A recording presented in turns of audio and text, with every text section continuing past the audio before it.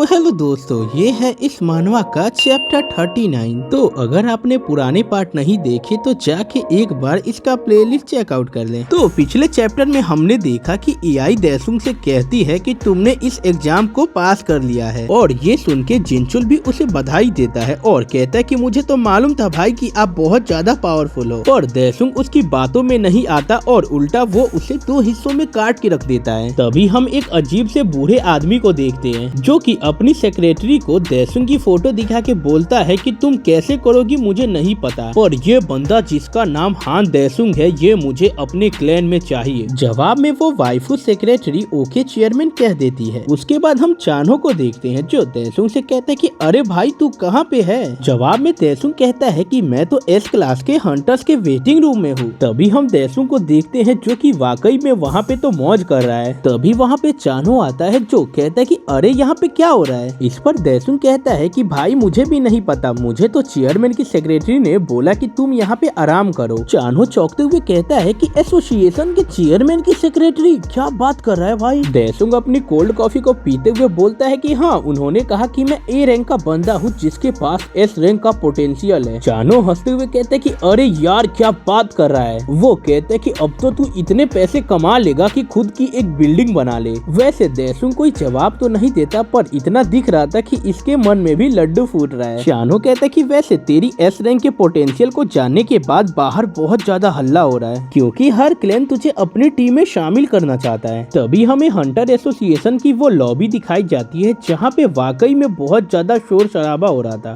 तभी वो सारे लोग एकदम से लिफ्ट की तरफ देखते हैं जिसके अंदर से कोई तो निकलता है। वो सारे उसे देख के चौंक जाते हैं और कहते कि ये कौन है। तभी सारे मीडिया वाले बहुत तेजी में उस आदमी की तरफ बढ़ने लगते हैं और तभी हम देखते कि अरे ये आदमी तो कोई और नहीं बल्कि तो हाँ, ये बुढ़ऊ अवेकनर है जो कहता है कि मैंने आखिरकार लाइसेंस टेस्ट को पास कर लिया, जिसका मतलब कि मैं जीत गया। तभी एक एक करके सारे रिपोर्टर्स उसे कांग्रेस बोलते और कहते कि आपका नाम क्या है। तो ये बुढ़ऊ अवेकनर अपना नाम देसुंग बताता है। वो सारे चौंकते हुए कहते कि हान देसुंग, तो आप हान देसुंग हो। वो सारे कहते कि मिस्टर हान देसुंग, क्या आप हमें एक्सीडेंट के बारे में बताओगे जो कि अंदर घटित हुई। वो सारे पूछते हैं कि आप हमें ये भी बताओ कि आपने पहले फ्लोर में जो फ्लेम यूज करा था वो क्या था। और वो एक एक करके बहुत सारे सवाल पूछते हैं। तभी उनमें से कुछ लोग कहते कि अरे इसका फेस तो हान देसुंग से अलग है। तभी वो सारे स्क्रीन पे देखते हैं कि इसका नाम तो आहन देसुंग है जो कि बॉर्डर लाइन पे एकदम 20वें रैंक पे था। और उसके बाद एक एक करके बाकी के अवेकनर्स भी बाहर आ जाते हैं जो कि अपने प्रदर्शन से कुछ ज्यादा खुश नहीं थे। उनमें से एक बंदा जिनचुल को गाली देके बोलता है कि सब उसी साले ने किया। इधर हमें रिकवरी टीम का एक मेंबर दिखाया जाता है जो कहता है कि हमने तीसरे फ्लोर के चप्पे चप्पे को छान मारा और हमें कहीं भी जिनचुल की लाश नहीं मिली।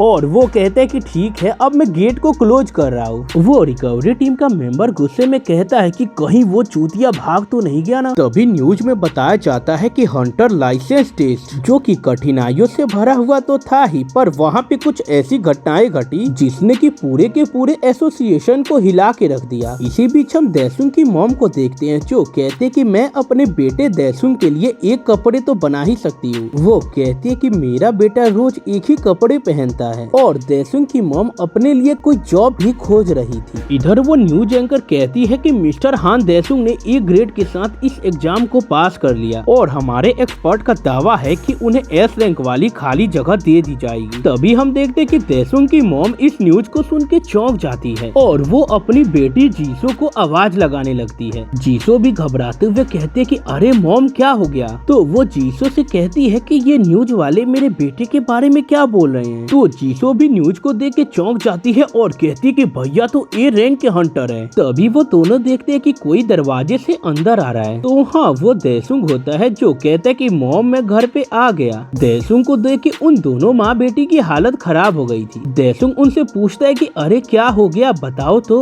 उसके बाद हमें होंगमा क्लैन के ऑफिस को दिखाया जाता है जहाँ कोई कहता है कि अब से होंगमा क्लैन की सारी एक्टिविटी को बैन किया जा रहा है। तो हाँ, ये होते हैं इंस्पेक्शन डिवीजन के सेकंड सेक्शन के हेड जिनका नाम होता है किम सियोंग सू। और वो मिस्टर ली से कहते हैं कि इस लोकेशन के सारे हंटर्स को बैन किया जा रहा है। इस पर मिस्टर ली कहते हैं कि मुझे पता है कि ये सारी साजिश ली सियोगडू की है जो कि 6th पॉइजन से है और ऐसा करके उसने उसने खुद का ही मजाक बना लिया। मिस्टर ली कहते कि क्या वो मेरे ऊपर इतना ज्यादा भरोसा करता है, क्योंकि मैंने तो खुद के ऊपर बहुत ज्यादा डाउट करा है। मिस्टर ली कहते हैं कि साले जिंचुल, तुझे लगता है कि तू मुझे गिरा पाएगा? वैसे कोई मुझे गिरा नहीं सकता अगर मैं खुद को ना गिरा पाऊँ तो। तभी मिस्टर किम कहते कि कैप्टन प्लीज हमारे साथ इंस्पेक्शन ब्यूरो में चले। मिस्टर ली उसकी बात सुन के मुस्कुराने लगते हैं और वो गुस्से में अपने हाथ को मेज पे दे मारते हैं। मिस्टर ली मिस्टर किम से कहते कि यही होता है जब तुम अपनी औकात से बड़ी चीज करो, लेकिन तुमने उस चूतिया जिंजुल की बातों पे भरोसा कर लिया और अब तुम मुझे जबरदस्ती इंस्पेक्शन ब्यूरो में घसीट के ले जाना चाहते हो। इस पर मिस्टर किम कहते हैं कि आप हमारे साथ चुपचाप चलोगे या नहीं। इस पर मिस्टर ली कहते हैं कि मिस्टर किम, आपको क्या लगता है कि मैं इस मुकाम पे कैसे पहुंचा? तभी मिस्टर किम सोचते हैं कि ली सियोग्डू जो कि सेकंड कमांड था, वो अचानक से हमारे क्लैन लीडर की मौत के बाद पहले कमांड पे आ गया और लोगों का तो ये भी कहना है कि क्लैन लीडर की मौत के पीछे इसी का हाथ है। तभी मिस्टर ली कहते हैं कि तुम लोगों ने गलती कर दी जो सांप के बिल में आ गई, और इतना कह के वो अपने पावर को अनलॉक करने लगते हैं। और ये देख के मिस्टर किम अपने साथी को कहते हैं कि तैयार रहो। उनका साथी कहते हैं कि चीफ हमें ऐसा क्यों करना है? इस पर मिस्टर किम कहते हैं कि अगर तुम्हें नहीं मरना तो हमें इस कमीने को मारना होगा। तभी मिस्टर ली कहते हैं कि तुम्हें क्या लगता है कि मैं इस मुकाम पे फ्री में पहुंच गया? और वो गुस्से में अपने पावर का यूज करने लगते हैं। तभी हम देखते हैं कि मिस्टर किम का वो साथी उन्हें पीछे से स्टैब कर देता है। मिस्टर किम गुस्से में अपने साथी से कहते हैं कि तू क्या कर रहा है? उनका साथी घबराते हुए कहते हैं कि चीफ ये मैं नहीं कर रहा, मैं नहीं हूँ ये। इधर मिस्टर ली कहते हैं कि ये सारे मेरे इंटरनल कॉन्फ्लिक्ट है और इंस्पेक्शन ब्यूरो में खुद इतने ज्यादा प्रॉब्लम है कि पूछो मत। मिस्टर किम कहते हैं कि ली सियोग्डू, क्या ये तू कर रहा है? इस पर मिस्टर ली कहते हैं कि अलविदा चीफ किम सियोंगसू। और यहाँ पे मिस्टर ली अपने ऑरा स्किल पपेट को यूज कर रहे थे। वहीं पे हम उन धागों को नोटिस करते हैं जिसकी वजह से वो सामने वाले को एक पपेट की तरह यूज कर रहे हैं। तो देखते ही देखते वहाँ पे मिस्टर किम की मौत हो जाती है। तो यहाँ पे होता है ये चैप्टर समाप्त। अगर आपको वीडियो अच्छा लगे तो इसको लाइक करके चैनल को सब्सक्राइब कर देना।